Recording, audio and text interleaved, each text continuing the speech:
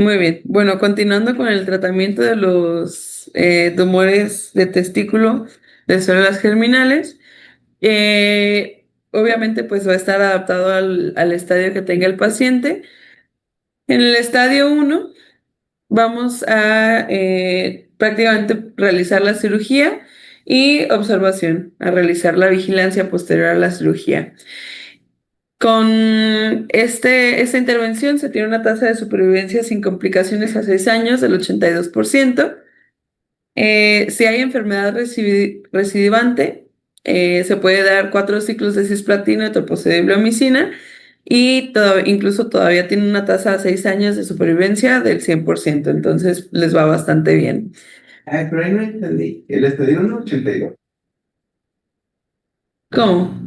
Dices, estadio 1, cirugía, Lo que observación. pasa es que ahí se me entiende como que al principio tiene 82 y si recae es 100%.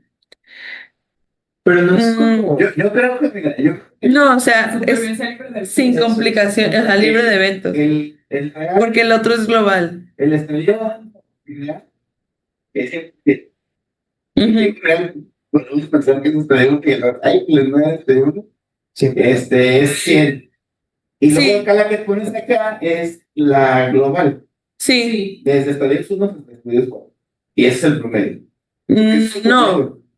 O sea, la tasa de supervivencia del 82 es supervivencia libre de eventos del 82%. La global, pues sí es cerca, o sea, prácticamente 100%.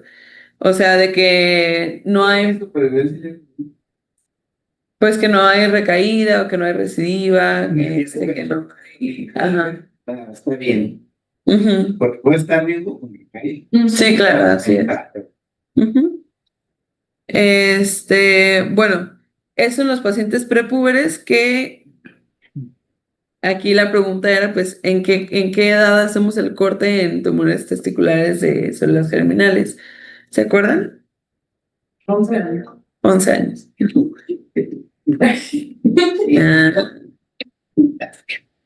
le dije, te voy a hacer esta pregunta a ti, Jay. En los pacientes prepúberes también, en los estadios del 2 al 4, esto pues ya requiere cirugía y aparte quimioterapia. La quimioterapia se pautan 4 ciclos de protocolo PEM estándar, que pues en realidad estándar se refiere como a que la bleomicina la pasemos en vez de cada semana, como lo hacen los adultos. Bueno, en los pacientes adultos se realice cada ciclo una dosis de bleomicina. En los pacientes prepúberes en estadio 2, la tasa de sobrevida, perdón, sin complicaciones y libre de eventos fueron del 100%, y en los estadios 3 y 4 en menores de 15 años, no sé por qué aquí lo dividía en 15 años, la tasa de supervivencia global fue de 100%, y de libre de complicaciones en el estadio 3 de 100%, en el estadio 4 de 94%. Como alternativa, también nos sugería que podríamos utilizar el JEP en vez de cisplatino. Este protocolo es con carboplatino, etoposide y bleomicina también a dosis estándar. Esto se podría botar de 4 hasta 6 ciclos, dependiendo de la respuesta del paciente. En cuanto al PEP, porque yo estaba perdida, yo no sabía, todavía no estoy familiarizada. Este protocolo, ¿qué? ¿Con qué protocolo?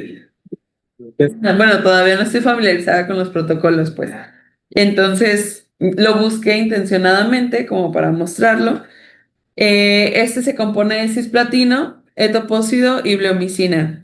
El cisplatino generalmente la dosis de 25 miligramos metro cuadrado día, y esto es del día 1 al día 5 del ciclo. El etopósido de 100 miligramos metro cuadrado día, igual del 1 al 5, y la bleomicina solamente es en el día 2 del ciclo y la dosis es de 15 miligramos metro cuadrado. Es importante saber por qué se hicieron estos ajustes. La bleomicina anteriormente, o bueno, se hicieron muchos ajustes con este medicamento por la tasa alta de complicaciones a nivel pulmonar, que da mucha toxicidad pulmonar. Entonces, En pacientes pediátricos se empezó a ver esta... ¿Qué edad? Fibrosis. Ajá, ajá. En pacientes pediátricos se empezó a ver, pues, que evidentemente esta toxicidad pulmonar incluso era mucho mayor que la que se presentaba en pacientes adultos y que mermaba mucho la calidad de vida de los pacientes. Entonces, por esta razón, la bleomicina se trató como de... Hay muchos protocolos que trataron de eliminarla, pero sí disminuía bastante la sobrevida. Entonces se decidió dejar la bleomicina y este último protocolo que se realizó dejó la bleomicina nada más una vez por ciclo, en vez de cada semana como lo hacen adultos. Y sí hay mayor tasa de sobrevida que cuando se eliminó la bleomicina y hay menor tasa de complicaciones a nivel pulmonar, por lo que así se pautó. Yo, ahí veo Bleomicina. 3 miligramos de esas unidades. 6 unidades. Ah, ok. Entonces no es en... Sí, perdón. Ahí lo... Son unidades.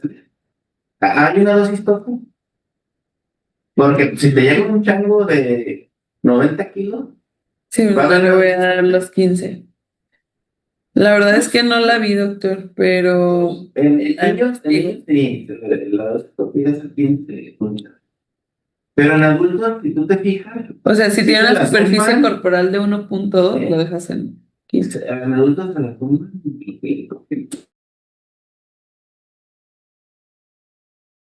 Entonces, las ámpulas son de 15 unidades. Una. Entonces, acuérdense, en niños o adolescentes, por lo regular es lo que manejamos. En adultos puede ver, no, pues les dejan 25 unidades, tengo al rato, pues la fibrosis pulmonar poco. Y como tú dices, el ejemplo lo tenemos, ahí está bien el mismo. Ah, sí. Ese Claro. cuate, tu primer.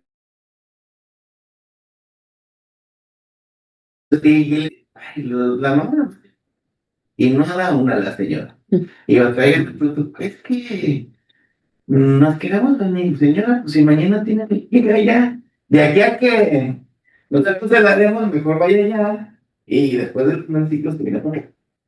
Porque pues de aquí a que lo metemos y que conseguimos, se iba a acabar unos que te lo den allá. Ya me trajo, ella se vino por sus pistas, y ya me trajo, por fin, nunca me trajo un resumen, lo único que me trajo presté, si alguna, no sé, creo que una nota, y ellos, si se fijan, llega otra vez, oye, pusimos en la nota, le daban su oficina y la señora, tu refuerzo de biología, es que la señora no se debe entender, ¿sabes? Y su refuerzo, y yo ya sabía cuál es el... Entonces, no, señora, ¿ustedes creen que Zahir, así como lo conocen, que en cada ciclo de quimio se pone mal? ¿Ustedes creen que va a aguantar la biomedicina cada semana? Por eso casi no ponen niños. Porque alguna vez yo lo intenté con niños adolescentes grandes y no les toleran, no se recuperan. O lo que pasa es, ok, le das su ciclo, PEP, le das a la semana una biomedicina y los hundes en una pancitopenia terrible, y lo que pasa, o se infectan, o lo que nos pasaba era que se recorría mucho el siguiente ciclo. En lugar de todo. En lugar sí, ustedes, o sea, yo no le digo ningún, o sea, no son muchos pacientes, porque no se compara con los estudios, pero lo que nosotros hemos visto es que no se recuperan y sale peor porque el tiempo de rutina de quimio se prolonga, y ahí sí le das más chance al terminar la que pulgaría. El Félix ya no. ¿Y yo quién? Entonces, por lo regular, los pediátricos, la bleomicina sí tiene un tope, y la bleomicina por lo regular lo damos en un solo ciclo. Déjeme ponerlo. Y ahí está. O sea, y aquí, como tú te fijas, lo dan en el día 2. Hay protocolos que los daban en el día 1, no hay problema. Ahora, el cisplatino, tú lo tienes por día. Era una pregunta que me hacían los papás del ansioso. de Paul. Paul es ansioso. Y el papá más. Ay, que por qué, ya ahí con matemáticas le expliqué. Matemáticas. 25 por 5, ¿cuánto es? 125. 125. La dosis tope del cisplatino por ciclo, ¿cuánto es? Ya vimos la velocidad.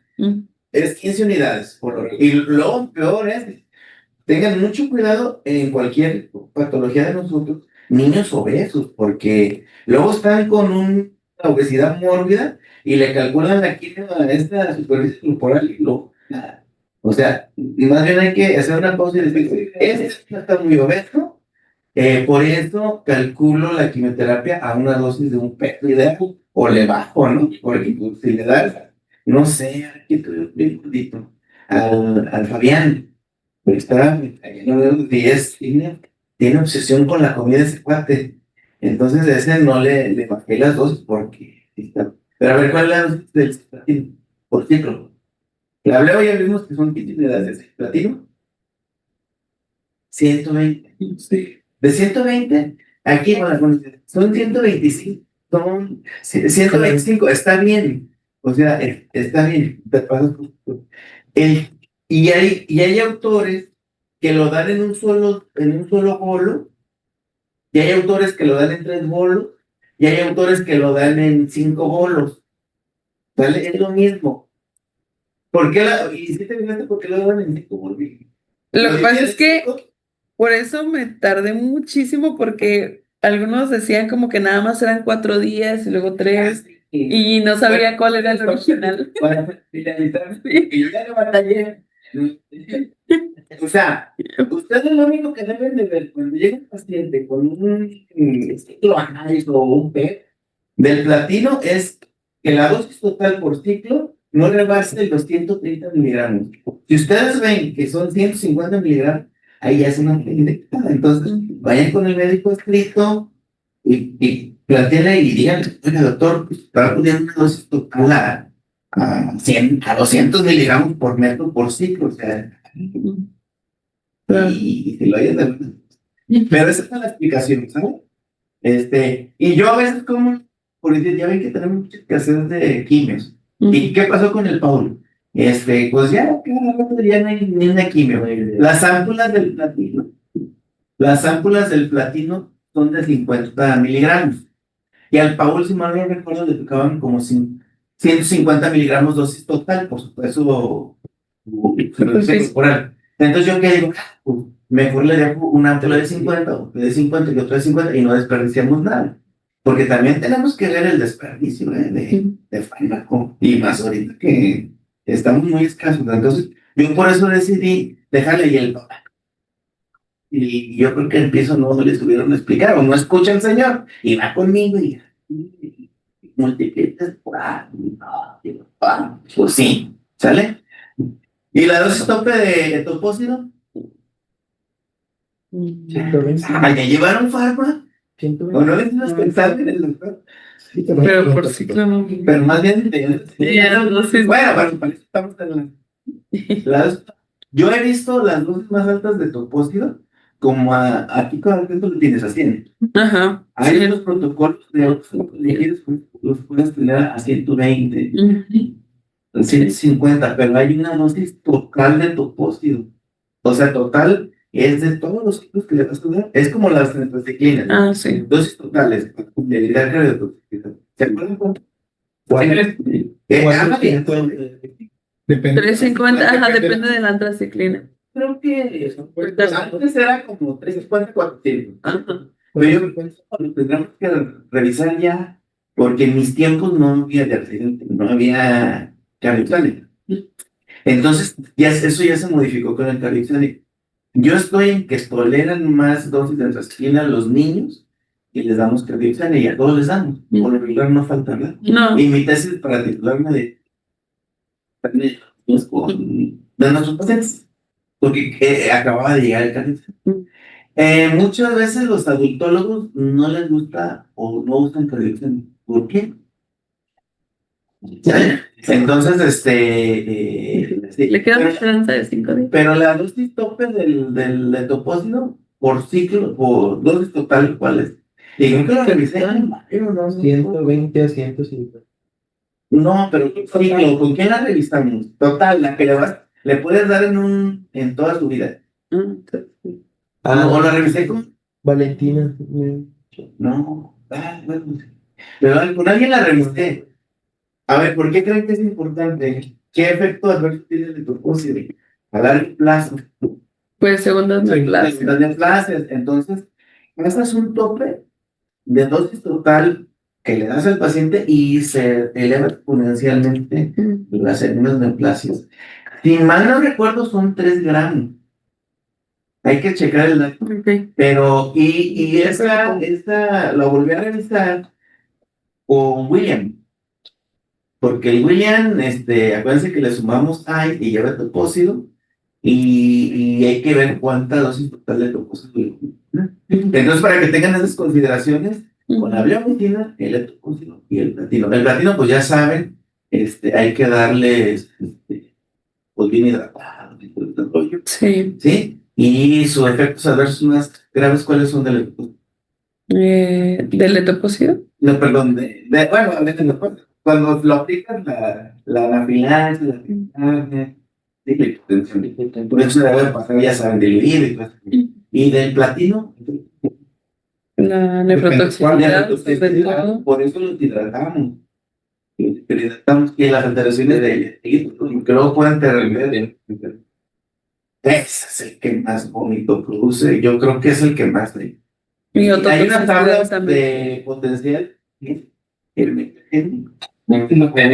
Se clasifican en grupos y el platino es de los y las antaciclinas y los menos son las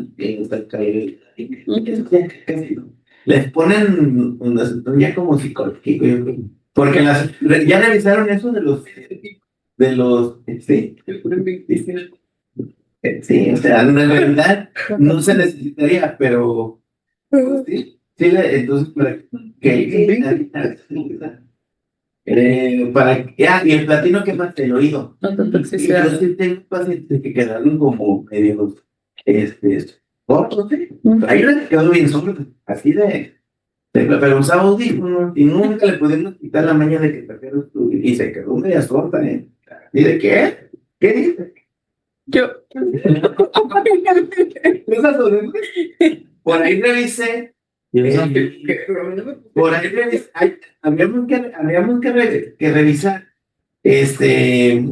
¿Por qué el platino lo dividen en tantas dosis? ¿Sí revisaste eso?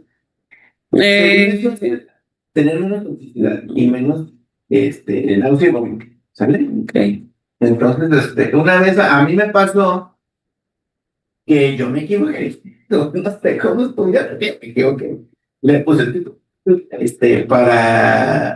Se lo dejé en un solo bolo. A lo mejor porque creo que fue en la época del COVID que los queríamos tener lo menos posible en el piso. Un solo bolo de cisplatino.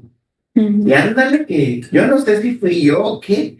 Le dieron su bolo de 120 miligramos por metro cuadrado y al día no, otro.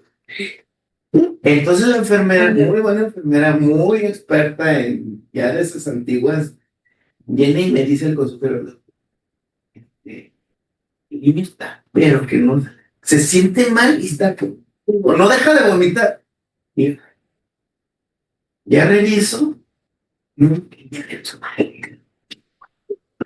dice platino, y le pasó como la mitad. Entonces yo saqué el cálculo de la mitad del segundo frasco, pasarían como 220 miligramos. No, hoy duró 2 semanas sintiéndose mal, náusea, o sea, debemos de tener mucho cuidado con el viaje. Okay. Y ya por último, con la fármaco, para prevenir, dicen, por ahí revisé que para prevenir las alteraciones acústicas, les das vitamina E. Vitamina E. Entonces les podemos dar suplementos de vitamina E a los pacientes que damos cisplatina. Ok. ¿Sí? Muy bien. Porque no digas que la vitamina E, más vitamina E, los que les dan cisplatina.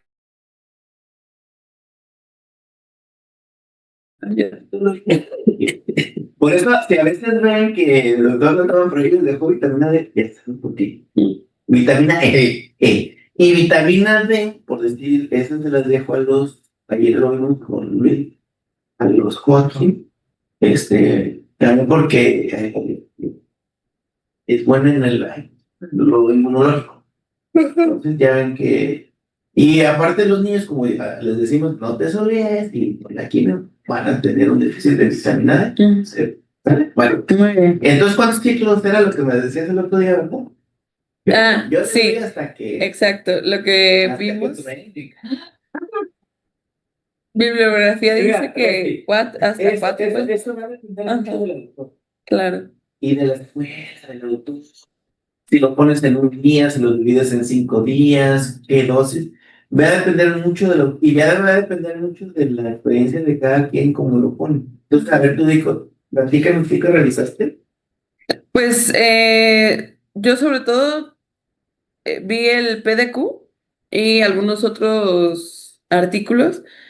Había uno italiano, por ejemplo, que nada más ponía 3 ciclos y ponía el cisplatino nada más en 4 días, pero que refería que la sobrevida fue la misma y disminuía como los días de estancia, porque también el letopósito se lo pasaba en 4 días. Entonces, como que se quedaron con eso, al menos la conclusión era que era equivalente. Y A través de los años, todos los protocolos de todas las patologías sufren evoluciones. ujú. Es como un ser humano, te Sí, evoluciona claro. y todo. Te puedo decir, ejemplo, el letopósito antes se le ponía la leucemia. En inducción a la leucemia, les poníamos ciclofosfamida. O sea, se alternaba una dosis de antraciclina y la siguiente semana era ciclofosfamida. O sea, van cambiando. ¿Por qué cambian? Por decir el letopósito, lo quieren reducir por la segunda neoplasia. Ujú. Entonces, por eso le tienen muy. Pero hay patologías que es fundamental el letopósito. Si no les das letopósito. Claro. O sea, imagínate yo con los Hodgkin y con estos, que les tumbo el topósito sabroso. Pues a mí me da tener que hacer la neoplasia. Y ya se murió una, ¿sí te acuerdas cuál se murió? De Hodgkin. Sí. Vanessa. Sí, Que volvió ¿Vieron con eso? leucemia. sí, Vanessa tuvo un linfoma. sí, me lo ¿Y con quién consulta? con Pablo. Con fecha. Con Pablo, con Pablo. Sí, fue Sí, hace con como Pablo. unas 3 semanas que vino. Sí. Eso. Llegó y era de 18 años de 19. Sí. Y siempre llegaba así. Y ahora sí llegó así. Pero estaba llorando con la doctora Regina. Ahorita te veo. Es que necesitas mañana que ahorita. Ahorita veo tus exámenes en la compu. Ya lo reviso. Creo que tengo como. Lo único que era como si fuera de 45,000. La serie blanca normal y la serie roja normal. Ya la revisamos y todo. Traía chorro y luego sí traía equipos. No, señora, ¿sabe qué? Si es real, Vanessa, es real, esto. Te tienes que ir adulto, porque ya tienes 19 años. Usted aquí ya no. Por eso les doy el seguimiento aquí, pero ya voy con los de adultos. Ya oye, ¿qué onda Y ya me ha pasado, que les vale madre el mundo, ni los admiten en lo que es adultos. Ya porque lo han sufrido, es terrible, o sea. Y ya me dijo el doctor Brian, que es el. No, ya está escrito, creo. Sí, sí, y me dice, no, creo que había residentes aquí de dermatología. Y me dice, no, doctor, el martes que venga, nosotros habíamos como un jueves bien. Sí. Pues no aguantó, vino un Fin de semana. y se murió como miércoles. Pero ya cuando llegó aquí, llegó ya con la clona elevadísima, le tomaron un frote de sangre periférica, nosotros, no sé quién estaba guarda, muy bien se lo tomó, no, pues presentaron el lunes los blastos mieloides y pues se murió. Ya cuando subí el lunes la vela, pues ya estaba con Sí. por ¿por qué se murió esta? Pues igual Pues la que se murió. cosas, sí, yo no sé si Linkis o Seide. Estaba ya con porosa, porque tenía como 20 Y no es la primera vez que a mí me pasa que uno de mis pacientes entra en segunda clase y que entra en un Hodgkin a mieloide. Entonces, pues ya dije, no, ya no aguantan, no tolero. Algo tienen genético esos niños. Entonces, y se murió lamentablemente. Entonces, esa es la primera paciente que fallece del protocolo OEPA contra. Todos estaban vivos. Esta segunda neoplasia falleció, ¿verdad? Para que lo tengan en cuenta en niños que ya, Están en vigilancia. que están en vigilancia. Segunda neoplasia. ¿Sabes? Entonces, esto es consideración. Sí. Este es, bueno, Ahí tú explicas. es un... Ah, Pero ahí, ¿qué es eso? Los ciclos 1 y ciclo 2. La anterior. era como para yo ser más visual y esquematizar como de, bueno, le das la quimioterapia los 5 días del ciclo y posterior del 6 al 21 es como su recuperación. Ajá. Y posteriormente vuelves a iniciar ciclo 2 en su, así. Y por Como lo hacerlo regular, más visual. La mayoría lo toleran bien. Les voy a poner esta. Abril, ¿sí se acuerdan de Abril? Que está bien aquí. Abril los tolera súper bien. Bien, bien, bien, bien. Va como relojito. Abril es una adolescentita como de 13 años. Pero Zahir, que es más grande, es muy delicado. O sea, no ha habido un ciclo que no le pase algo. Sí, no le da diarrea, ahorita por lo como respiratorio que tuvo. Sí, pero yo les puedo decir, por lo regular, estos ciclos los toleran bien. Lo que pueden tener mucho también es trombocitopenia. Tú les dan trombocitopenia. ¿Qué he visto con estos ciclos? Ya hemos terminado quimios y nos vamos a vigilancias y 3 meses de vigilancia y con trombocitopenia leve. 1 año de vigilancia, trombocitopenia leve. O sea, como que las plaquetas es muy sensible este ciclo. Entonces, para que lo tengan como en cuenta, ¿sale?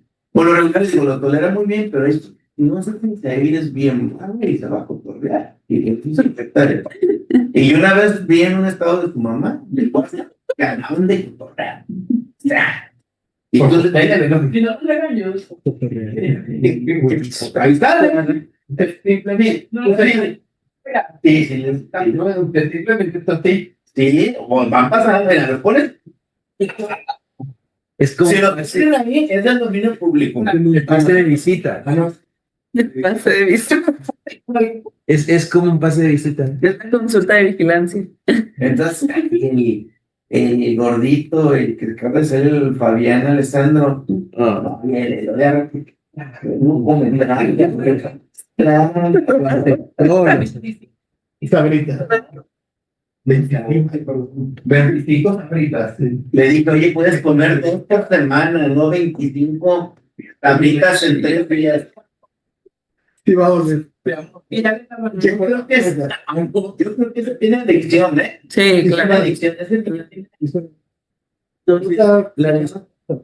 La descripción de su último cuadro, ¿no? Que lo encontró como borracho de la mano. Sí. Entonces, tanto que comió. Bueno, a ver, ¿cuántos ciclos de un?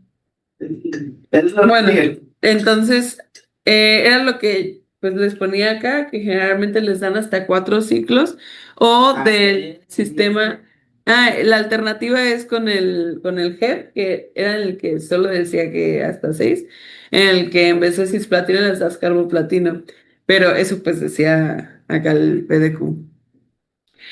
Ese ya como tal es como un esquema para ver qué tratamiento les damos, pero este considera un protocolo que está en fase todavía, pues, ajá, de el COVID. Entonces, pues también lo considera, pero generalmente es pacientes prepúberes. Primero, obviamente, estadio 1, pues nada más la cirugía. Y observarlos. De estadio 2 a estadio 4. En pacientes prepúberes vamos a darles el protocolo PEP por 4 ciclos, refería ahí. Está de 2 a 4. 4 ciclos.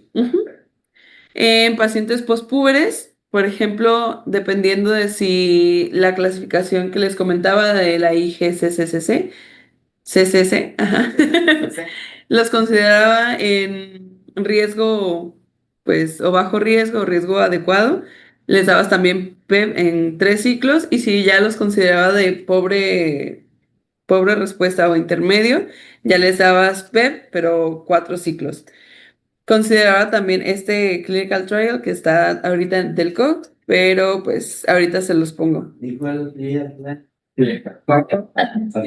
por favor, wow. Se entendió. No, pues como el ensayo clínico. ¿El ensayo? Y yo de la de esta. Y ya.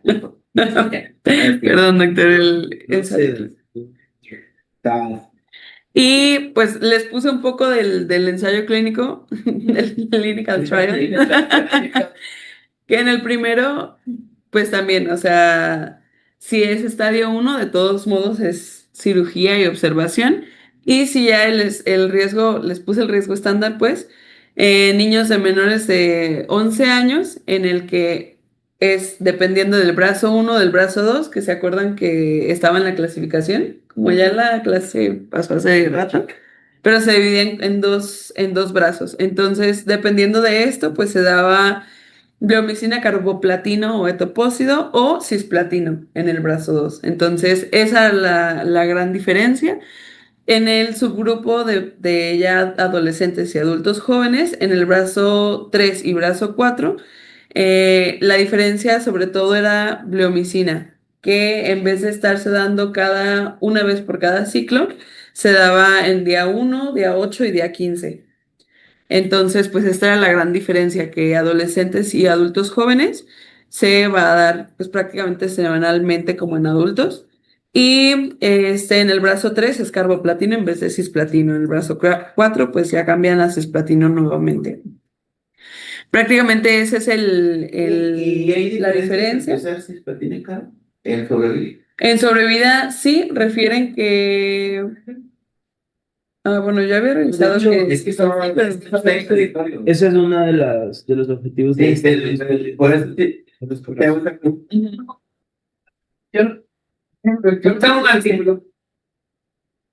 o sea, como que no hay algo muy contundente que diga, usas uno, usas. A lo mejor se va por nefrotoxicidad. Sí, sobre todo. Y bueno, y aquí es mucho de con lo que tienes más experiencia, lo particular de cada quien, ¿no? Y siempre hemos usado el platino. Sí, pues si la evidencia no es clara. Por la buena experiencia que tenemos. Pero sí, porque se fijan que a veces sí les dejamos capo. Por decir, si nos llega ya con proteinuria o elevación de SOAS, pues obviamente le vamos a dejar platino.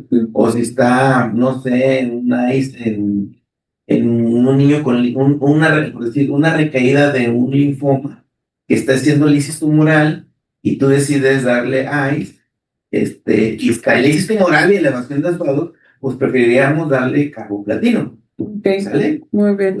A lo mejor ahí yo doy carboplatino por la menos. Y si ha pasado, con Oliver, con Oliver Christopher Powell. Sí, ya sé. William. Y el JEP se daría ambulatorio, ¿no? Esa es otra. Se podría dar ambulatorio. O sea, en vez de hospitalizar por el cisplatino. Me hizo Por eso. En el COVID, muchos de estos ciclos los dimos ambulatorios. Por varias razones, no queremos tan hospitalizados. Entonces, fue la época en que hicimos ambulatorio y le ponemos caro. Para tener. Y sí nos fue bien. Los niños, nomás tomar un montón de agua. Y que me acuerde que uno se hubiera puesto mal, ¿no? Que se hospitalizó, ¿no? Y que hubiera hecho falla renal. Uno de los pocos pacientes que hizo falla renal, ese es un linfoma de Hodgkin. Pero yo creo que ese, y con protocolo, bueno, pero ese ya tenía algo de falla renal previa al tratamiento. Y creo que lo trasplantaron hace poquito aquí, ¿eh? Voy a preguntarle a la doctora, la abuelita, ¿cómo se llama la nefróloga? Ale Chore. No me acuerdo. Sí, la nefróloga. Sí. Porque el otro día vino la doctora Ale hace como 2 o 3 días. Y así vienen ustedes, ¿qué vamos a hacer aquí? Para variar, que oiga, ¿cómo ve la VH? Pues bien, no sé qué alteración tenía ahí. No, pues está bien, si necesita trasplante, y hay. Recaída de Hodgkin. Ujú. Bueno, Y por último, pues había... Acuérdate, Luis. Kevin el ansioso. Kevin el ansioso, no, porque Kevin este ya está curando y ya está lo bueno de preguntarle dónde quiero. Kevin. No, Kevin el ansioso, el muchacho le.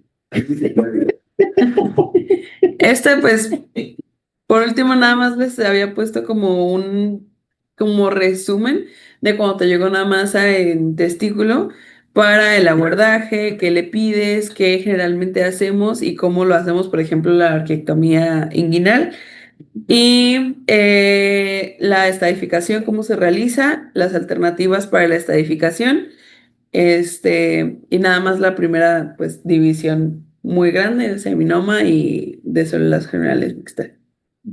Prácticamente nada más. Ya. Bueno, miren, depende mucho de las escuelas, ¿eh?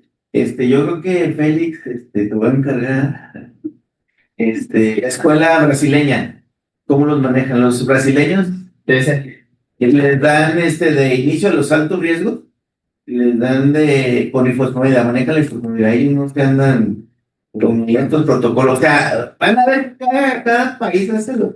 Y está bien el planteamiento de los brasileños, ¿eh? En los niños de muy alto riesgo, sí se les puede dar ifosfamida.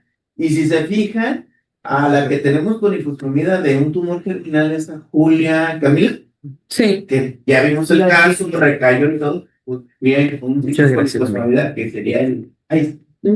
Entonces, pero los brasileños, si ven que es un caso muy grave, desde el inicio se van a ifosfamida, te encargo. Sí, y es ellos, eso es lo que Ajá, sí. ellos, Estamos en el paso. sí, y ellos son, en el protocolo que ellos establecieron, ellos hacen como que ellos marcan cuál ha sido su experiencia con todos los protocolos, y van marcando el porcentaje de cada uno de ellos, y la razón por la cual ellos están utilizando los protocolos.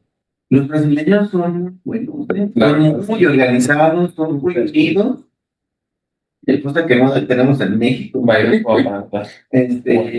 Y son buenos, los brasileños. Luis, Los centroamericanos tú eres son pediatra buenos. brasileño, ¿cierto? No, son buenos. Para hacer protocolos son buenos. ¿Quiénes? Los centroamericanos. Ah, pues en la OCA, ¿no? Para hacer protocolos son buenos. No sé si, pero para organizarse y hacer protocolos son buenos.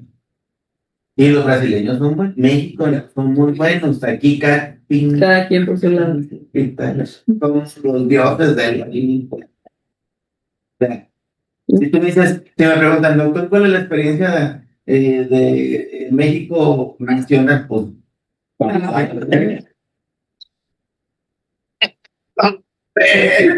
hay algunas respuestas ahí, porque somos muy unidos. Esa es la realidad. Entonces, ¿qué te puedo decir de aquí? Nosotros, los estadios 2, que si son estadios, le damos 4 ciclos. Si son estadios 3 o 4, nos vamos a 5 o 6 ciclos. ¿Cuándo les dejo 5 ciclos? Y tú ya lo comentaste en tu sesión, es cuando son buenos respondedores. ¿Cuándo es buen respondedor con el marcador tumoral? Pues cuando ya disminuye a la normalización. ¿En cuántos ciclos? Logarítmicamente.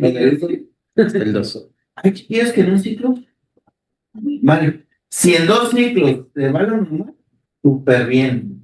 Pero si ya como Paul, aunque el papá me diga, ¿verdad que estás más chiquito? No. Espero en Dios que ya después de su 4º ciclo estén normal en los marcadores. Porque sí, Porque si no, lo tengo que mandar a cirugía y le tengo que cambiar el protocolo. ¿Sale? Pero si se fijan el criterio, entonces, lo estadio no, nada, pura vigilancia. ¿Y cuánto tiempo le darías de cómo lo vigilarías? Tengo un niño, se llama Oliver, tomó el testículo de que lo trae su abuelito, su papá. ¿Cómo lo vigilarías? ¿Cómo lo vigilarían? Los que ya han tratado conmigo ya les he dicho. O sea, los germinales mensualmente. Estadio 1 nunca se confíen, siempre que todo parezca normal cada mes con marcador. Ahí están los 2 chiquillos, llegaron más o menos igual. Oliver de tumor de testículo. ¿Cómo se llama la que no vino? Lía. Lía, de tumor de parecía el estadio 1. Mes con mes, Oliver, bien, bien, bien, bien, bien. La Lía, bien, bien, bien. Me empezó a elevar. Le tomamos el segundo, más elevado del alfa feto. Pues ya está en recaída. O tiene actividad. Y la mamá, por tercera vez no vino, ya le dije que vamos a hacer. ¿Qué edad tiene? Lía como 10, 2 añitos tiene. Entonces, siempre vigilen esos estadios 1 todos los meses. Y aunque parezca exagerado, mejor vigilen. Porque no se vayan a llevar los dos meses, en 4 meses, o les digan, están horribles con un megabolotota, porque los papás ni te fijan, un megabolotota y ya todo se distorsionó. Entonces, esa es la recomendación que les doy, mes con mes, ¿sale? ¿Por cuánto tiempo? Por un año mínimo al mes, ¿eh? Y ya el segundo año, a mí me han tocado chiquillos que ya mandé a vigilancia o estadios puestos 1, que hasta año y medio han presentado una caída, ¿eh? Yo ahí sí no sé, como vimos en las primeras clases, que es ya ven cómo va la migración de las células germinales desde el cerebro. Yo no sé si sea otro foco ectópico que tengan ahí, que después se manifestó, pero así ha pasado. Parece que todo está bien y tómala. Me ha tocado que chiquillos en otra parte del abdomen, retroperitoneal, no sé si sea otro foco ahí de células malignas, ¿sale? Entonces, pero sí vigílenlo, porque esos chamacos, los germinales son bien, bien traicioneros, ¿sabes? Pues ya ven, tenemos 10 minutos, 30, si no, nos paramos temprano. Está bien. Bueno, vamos a revisar ahora sobre tumores germinales sacrococcígeos. Realmente, pues, este tema, a diferencia de los de ovario y de testículo, tiene como ciertas consideraciones especiales, pero la base de diagnóstico y tratamiento va a ser muy parecida a estos tumores que ya revisamos. Sin embargo, sí hay que tener como en cuenta, por ejemplo, en qué momento se tiene que tomar exámenes, si la edad tiene alguna influencia o no tiene influencia en el pronóstico de estos pacientes. Y bueno, vamos a ver algunas cosas que realmente durante mucho tiempo atrás se determinaron y hasta el día de hoy pues no han tenido cambios y pues sigue siendo útiles.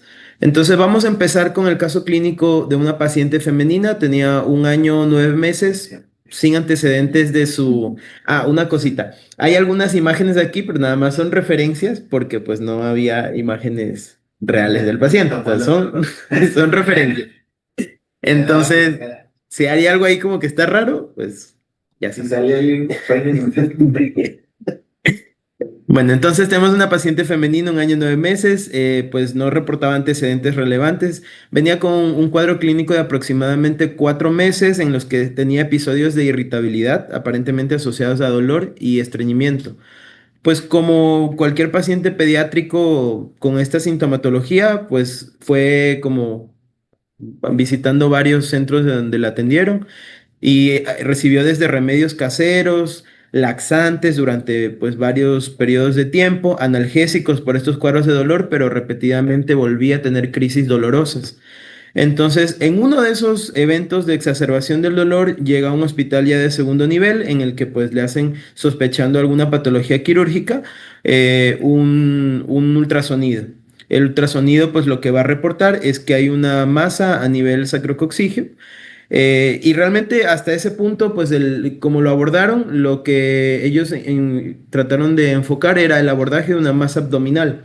Y aunque en ese lugar pues no contaban con los medios, lo derivan a otro hospital en el cual tenía indicación de hacer una tomografía de abdomen y de pelvis. Entonces, esta es una imagen referencial de pues cómo se vería esa masa. Ahora, le hacen su tomografía de abdomen y pelvis y efectivamente lo que determinan es que se trata de una tumoración sacrococcígea que tiene extensión hacia región abdominal. Entonces aquí hago un contraste sobre algunas cosas, ¿no? Para que lo vayan teniendo en cuenta porque lo vamos a mencionar durante la exposición. Tiene 1 año, 9 meses, es una paciente femenina y pues el primer examen donde detectan esta masa es un ultrasonido sonido. Posterior a eso le hacen una tomografía y aunque pues ya, digamos, por la secuencia de eventos termina haciéndose una resonancia hasta la cirugía, pero vamos a ponerlo como que en este mismo momento del cuadro clínico se hace ya la extensión con una resonancia magnética ante la sospecha de que pues esta lesión tiene que extraerse. Se deriva a cirugía pediátrica oncológica donde le hacen la resección de la masa y se envía a la biopsia para, pues, se envía, perdón, a patología para el estudio, con un resultado final de un tumor germinal sacrococcígeo. Entonces, en este momento, pues, después de haber pasado todo este cuadro de 4 meses con sintomatología, que no se resuelve hasta la cirugía y con el resultado llega pues a la clínica de tumores germinales a oncología pediátrica. Pues, ¿qué es lo que vamos a hacer nosotros? Tenemos un diagnóstico oncológico, tenemos que estadificarlo, asignarle riesgo y programar un tratamiento. Entonces, vamos a empezar con los tumores germinales sacrococcígeos. Estos van a ser los tumores extragonadales más comunes en la población pediátrica. Cuando nosotros hacemos una búsqueda, pues no vamos a encontrar como, digamos, guías sumamente extensas, sino como va a estar formando parte de muchos protocolos de tumores germinales, así que la incidencia va a ser variable. Se reporta entre un caso, entre 22.000, hay de 35.000 hasta 40.000 nacidos vivos, dependiendo pues de dónde lo vayamos a leer. Generalmente, bueno, lo que se menciona en los estudios es que en la zona asiática va a haber mucho claramente femenino. ¿Qué cosa? La zona asiática. Que en Ah, occidental, bueno, puede haber la asiática medio bien. sí, occidental, perdón. Y el radio, bueno, va a ser de predominio claramente femenino, con un radio que va de 3 a 4, pues a 1 en relación a los masculinos. Y, y también va a ser predominantemente en menores de 2 años. Entonces, pues como vimos en la descripción del caso, aquí vamos viendo que efectivamente está en la edad y se da en una paciente femenina. Ahora, del subtipo histológico más común que vamos a encontrar va a ser el teratoma. Hasta el 80% de estos tumores sacrococcígeos van a ser un teratoma, el cual dependiendo pues de su componente va a ser o maduro, inmaduro o de componente mixto. Y esto va a tener relación después cuando tengamos que hacer vigilancias, con relación a qué componente tiene y qué exámenes tenemos que pedir de seguimiento. El menos común va a ser el de tumor de saco vitelino, pues reportado de 1 hasta 3%. Esta gráfica de aquí pues es de la revisión de todos los tumores germinales y aquí vamos a observar que pues por localización, por género y por histología pues lo que vamos a encontrar sacrococcígeos van a ser en mujeres de tipo teratoma y que van a estar asociadas a estas anomalías citogenéticas, a la ganancia del 1Q, a la pérdida del 1P, del 4 y del 6Q. Y esta es la gráfica que ya habíamos visto en exposiciones anteriores, donde vemos todo el recorrido que hacen estas células germinales y si nos damos cuenta, pues el cuadradito verde y el triángulo amarillo son los que van a estar justamente a ese nivel, en la zona sacrococcígea y pues es precisamente la tumoración que vamos a ver. Ahora, en cuanto a la presentación clínica, vamos a tener, digamos, 2 tipos de patrones en los que pueden llegarnos el paciente y un tercero que es, digamos, una consulta menos frecuente, pero que la tenemos que recordar. Observar neonatos con una masa que protruye a nivel de la región sacra. Entonces, esa es la imagen que está en la parte superior. Y esto de aquí, lo que suele ser, o sea, pues no el 100% de las veces, pero usualmente lo primero que tenemos que pensar es que va a ser un teratoma grande y que puede tener componente maduro o inmaduro o incluso mixto. Y el otro, que pues vamos a recordar el caso clínico que estamos viendo, va a ser un lactante con síntomas urinarios y me refiero a síntomas urinarios porque puede tener desde retención hasta urgencia miccional o estreñimiento. Entonces, estos de aquí pues ya van a ser más relacionados a tumores malignos o tumores del saco vitelino o también pues componente mixto. ¿Cuáles? A ver, el caso, ¿por qué se fue hasta un año? 9 meses. ¿Por qué? Sí, es por el tipo. Vendría a ser un tipo 4. Exactamente, porque no protruye, entonces pues no se ve. Está gigantesco, pero puede ser más chiquita. Entonces, creo que, si no tengo mal el dato, creo que los teratomas sacrococcígeos es la tumoración más común en los recién nacidos. Sí. O sea, un pediatra se puede enfrentar a este casos recibiendo un niño, y más de esas mamás que no llevan control prenatal, porque se supone que llevan control prenatal en los secos, los van a detectar, ¿sí? Claro. Entonces, y ya se supone que tendría que nacer en un hospital de tercer nivel para que lo vea, que haga El de alto cirujano. riesgo y todo eso. Y hay unos, creo que hasta los operan en... Ah, sí, se puede hacer. Ujú. Aquí ya no operaron. Sí, y ya. Entrenaron entonces que es inútil. O sea, no digo de aquí, pues ya también hay. Y sale peor. Sí, claro. ¿Sí? Pero bueno, esa niña se puede hacer sus edades. Porque era tipo Entonces, intra. ahora, pediatras. Ojo, ¿Está abriendo? en el control del niño sano, o sea,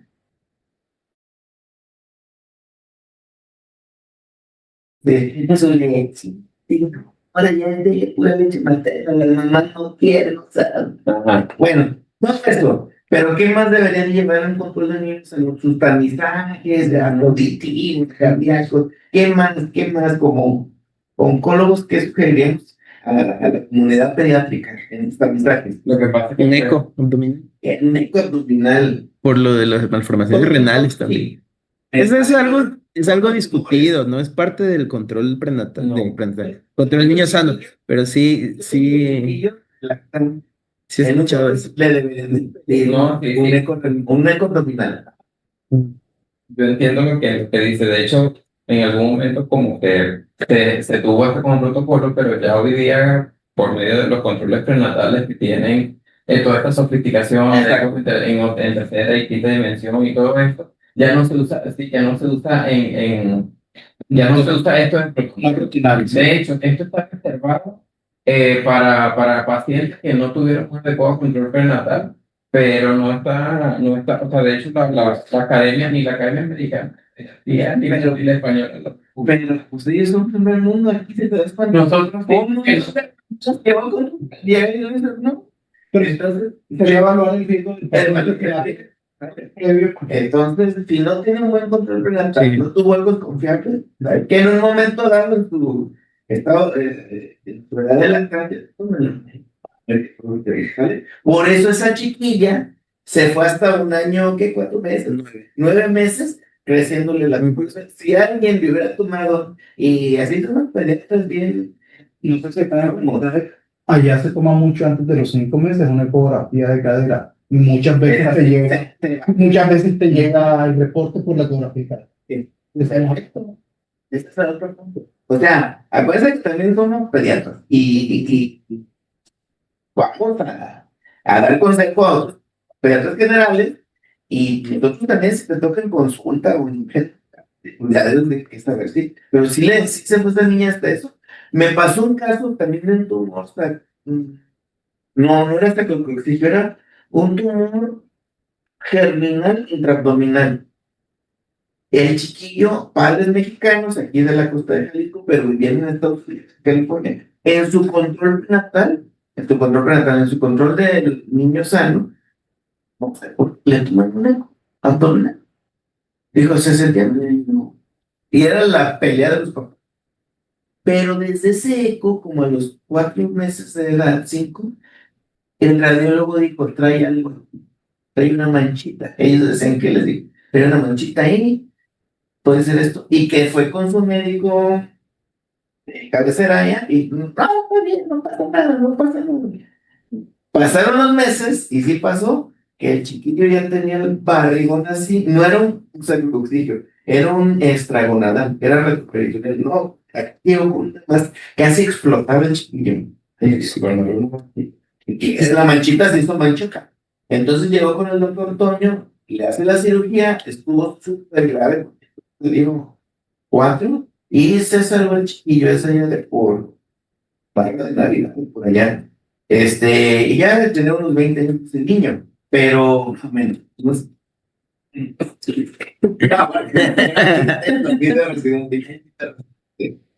No, lo vi ya descrito. Entonces, para que vean que sí se puede detectar. Entonces, sí, pues bueno, eso yo sugeriría. ¿Saben qué? Tienes control prenatal 2, pues, Así como Pues sí. vos ayer viste te pedían aquí en la anécdota también para el deporte ayer, el de Fabián. Sí, Ah, a Fabián le dan tratamiento de asma, ¿no? Y que Ajá. Le dan tratamiento de asma. y que Sígale. y que no, todo bien, bien, y el chiquillo con la masa mediastina. Y él vio la radiografía, ¿no? Y exacto, nos dijo la mamá, el doctor no la radiografía. Y dijo, madre, quédate. Fabián Tiene 11 años. y que estaba bien. pues calma, creo, ¿no? Sí, porque en el control le subió el esquema, o sea, le añadió el corticoide. Ajá. Y el chiquillo Fue los días que medio mejoró cuando inició el cortico. Ajá. entonces, Sí, se ahogaba. dije, bueno, aunque sea muy famoso el doctor y la verdad no tenía experiencia en eso, pues él para él era, y que hasta lo regañó la señora, y yo, el niño no tiene nada, y cuando pido la dificultad, no tiene nada, y ya hasta lo ay, ya no estoy bien, sí, de verdad, pero bueno, entonces, a veces hay que cuestionar las patologías, ¿vale? Si no sabemos de herir, lo que de herir, Que lo hagamos con Psicología tercer nivel. no, sí, no. O que un pediatra y no, por Nos estamos capacitando Eso, para ver ese tipo de por niños. supuesto. ¿Sí? Allá viendo, yo los que no, así como que me dan cositas, los de enanos, los que ya algo de enanos. Esto no lo que dijo nadie se mete con eso.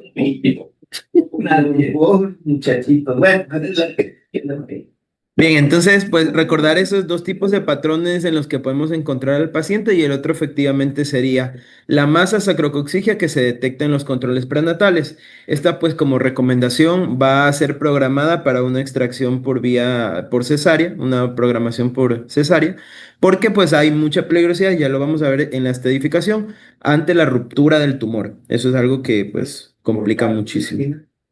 distocia de tu, no de cabeza, ni de hombro. Ahora, en los lactantes, pues los síntomas van a ser eso, la retención, la urgencia urinaria, el estreñimiento, que van a ser síntomas derivados precisamente de la compresión tumoral.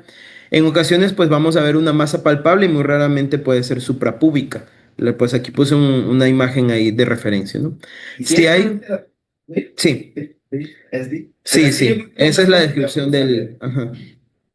Si hay compresión espinal, pues si ya el niño había alcanzado algunos hitos del desarrollo, puede provocar dificultad para caminar, alteraciones en la sensibilidad, la motricidad de extremidades inferiores y si ya lo tenía, pues también la pérdida del control de los esfínteres. Igual estos síntomas van a ser pues más difíciles de detectar porque pues son niños muy chiquitos.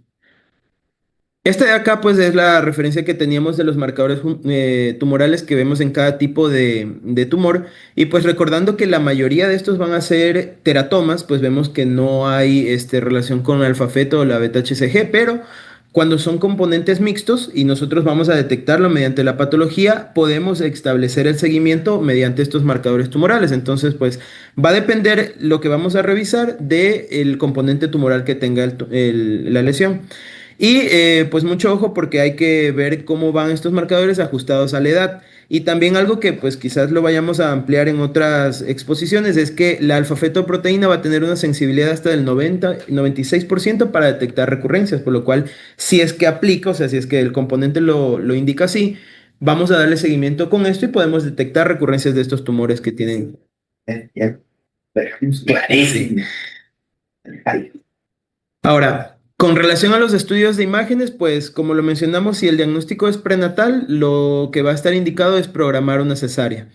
Usualmente el primer estudio que le realizan a estos pacientes va a ser un ultrasonido abdominal por diferentes causas y la mayoría pues o si es la masa palpable o si son los síntomas compresivos va a ser el ultrasonido. La tomografía abdominal y pélvica nos va a servir para algunas cosas, pero básicamente va a ser para la evaluación de la extensión, sobre todo porque en la estadificación tenemos que identificar si es que tiene compromiso hepático, va a haber metástasis hepáticas. Si es que pues está indicado, sería también la de tórax para ver metástasis pulmonares, pero el estudio más importante va a ser la resonancia magnética de pelvis y abdomen, porque eso nos va a permitir establecer una relación con estructuras cercanas como nervios, huesos, arterias principales, que de hecho podría incluso ser indicativo de hacer una embolización previo a la cirugía de resección.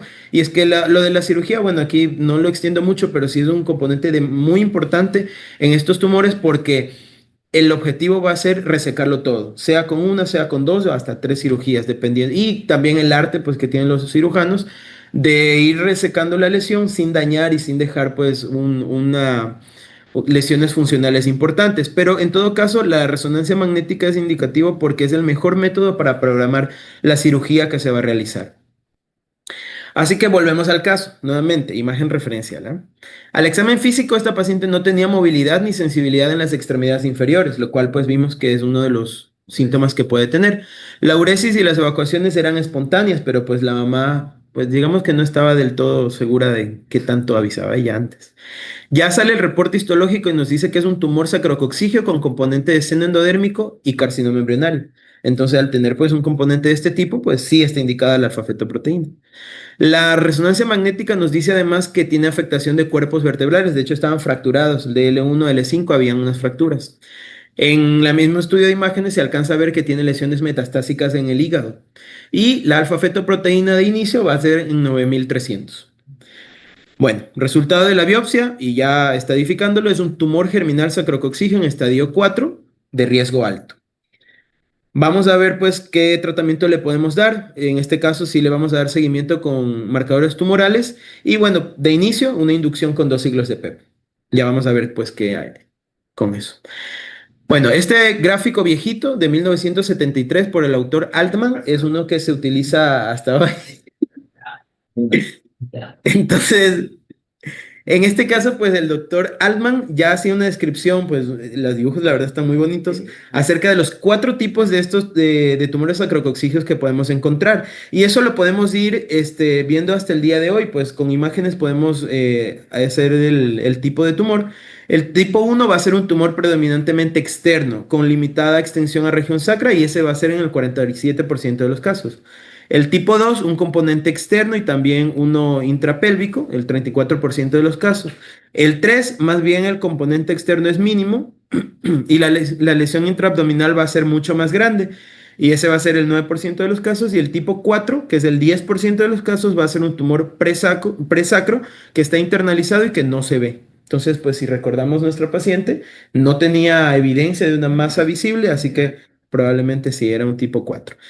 Y en este mismo estudio, el doctor pues, Altman determinó qué riesgo de malignidad tenían esos tumores. Y se dio cuenta que aunque la mayoría están ubicados en el tipo 1 y el tipo 2, su riesgo de malignidad era, digamos, bajo, más no inexistente. Mientras que el tipo 3 y el tipo 4 ya tenían un riesgo de malignización mucho más alto y sobre todo el tipo 3 era el que tenía 20% en ese estudio de malignidad. Pero pues el tipo 4 también tiene el 8%.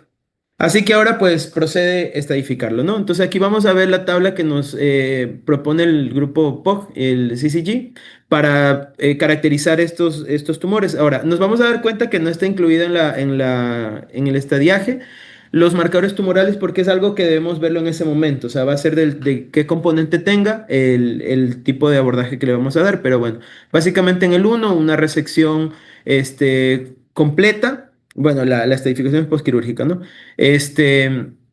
La resección sacrococcígea con los tumores, con los márgenes negativos, y bueno, ya ahí depende de los marcadores tumorales si aplica o no aplica, que pues, en este caso lo indica como positivo o negativo.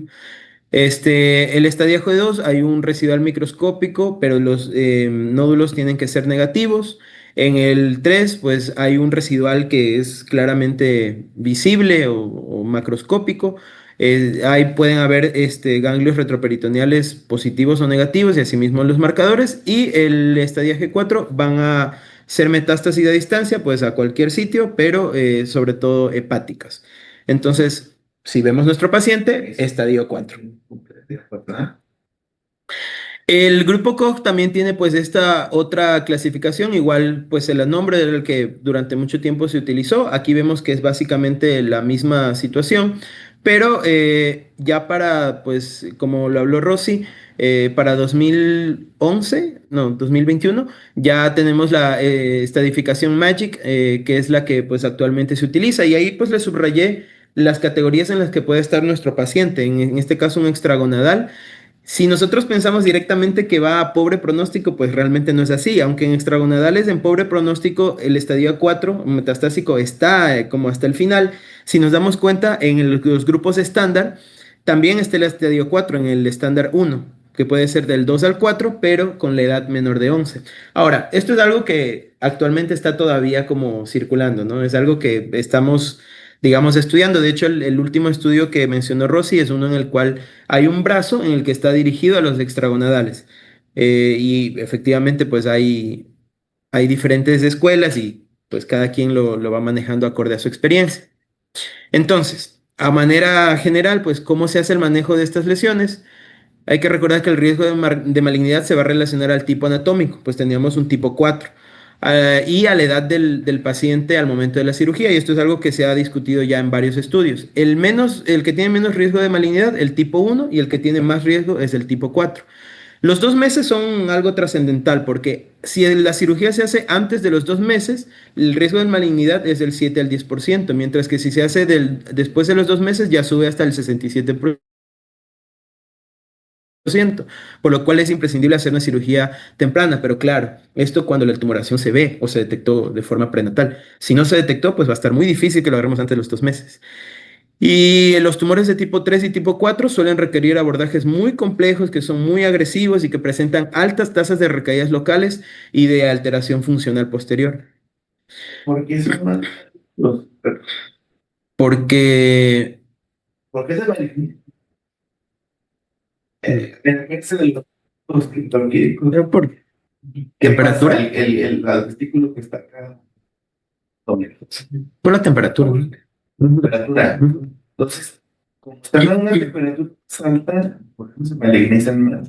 Esa es la explicación. Igual que el testículo la con criptorquídea. criptorquídea. Si no lo detectas, el riesgo de que al año de edad, ay, no tiene testículo, o ya no sirve para mí ese testículo, o se malignizó. Entonces, esa es una de las causas porque son más malignos los criptorquídeos. Ahora, para recordar esto de aquí sí es importante porque pues vamos a tener que establecer un plan con cirugía. ¿Cuáles son los factores asociados a la recurrencia? La remoción del coxis es algo que debe suceder siempre. Y hay algunos casos pues, en los que no se remueve por desconocimiento y en el caso de no remover el coxis, el riesgo de recurrencia es del 40%, o sea, es altísimo. Y el otro factor de recurrencia va a ser el spillage del tumor durante la cirugía, que traté de explicar, pues básicamente es como que lo sacó y se derramó pues células tumorales ahí, y pues eso sería como la traducción del spillage. La resección incompleta, pues como en la mayoría de tumores, va a ser un factor de recurrencia y el tiempo de recurrencia va a ser muy variable, con estudios que reportan recurrencia desde el año hasta los 5 años.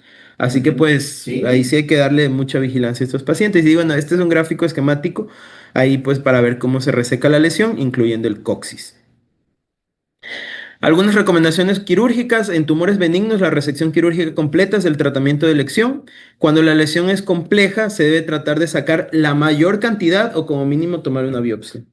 En caso de que los límites sean positivos o la resección haya sido incompleta, hay indicación de una reintervención después de la primera evaluación. La preservación de estructuras vitales, vagina, útero, ovarios, plexo, intestino, pues esencial. Remover el coxis debe estar indicado. Si no fue la primera, va a la segunda cirugía. Y si no se removió al diagnóstico, y si el coxis no se removió al diagnóstico y la resección fue completa, igual, entra nuevamente a cirugía para removerlo. ¿Me tengo ahí? Todavía tengo tiempo. Sí. Entonces, no nos ocurra. Ahora, el tratamiento, nada, somos nosotros, digo. No, sí. El tratamiento de estos tumores, pues el estándar del tratamiento es la resección completa y la quimioterapia adyuvante.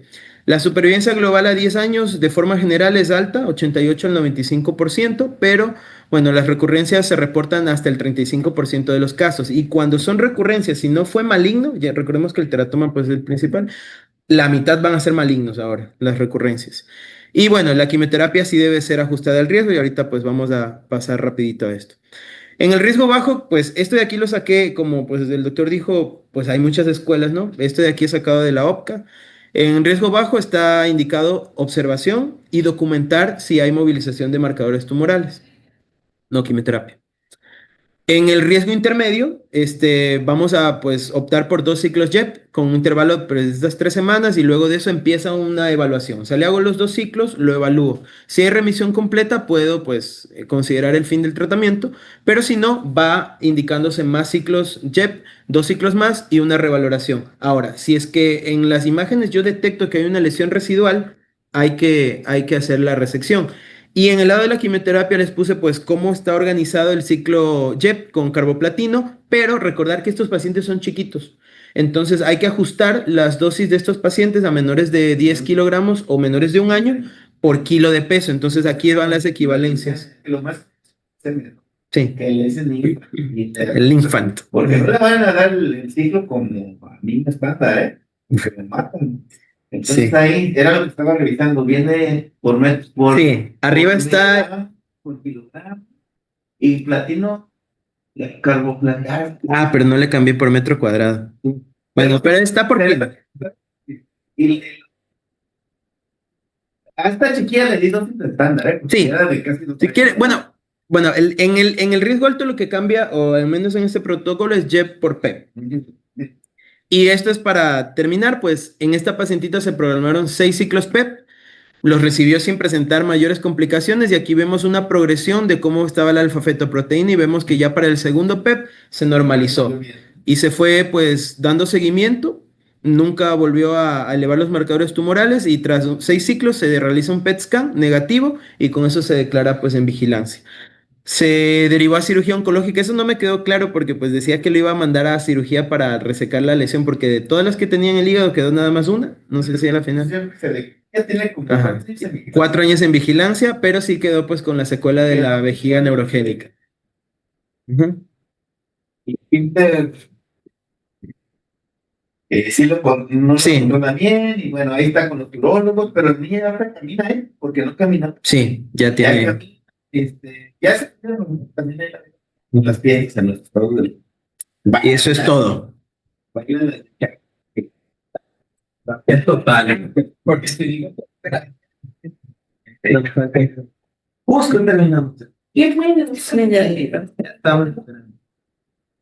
Muy bien, bueno, muy bien. ¿Quién sigue? ¿Quién? yo. ¿Quién?